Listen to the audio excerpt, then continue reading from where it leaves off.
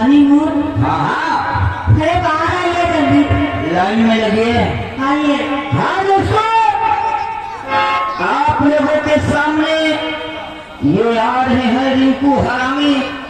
रिंकू हरामी सुंदरगंज चौराहा थाना भी जिसकी गिरफ्तारी से आ रहे हैं दोस्तों। लेकिन रिंकू हरामी की बात सुनिए दोस्तों, क्या करें, मेरी बीवी मुझे छोड़कर चली गई है। मेरी बीवी मुझे छोड़कर चली गई है। ना मैं जहर खा सकता हूँ ना मर सकता हूँ। लेकिन कहना क्या है मास्टर, हमारे कंपनी वाले की फरमाइश से।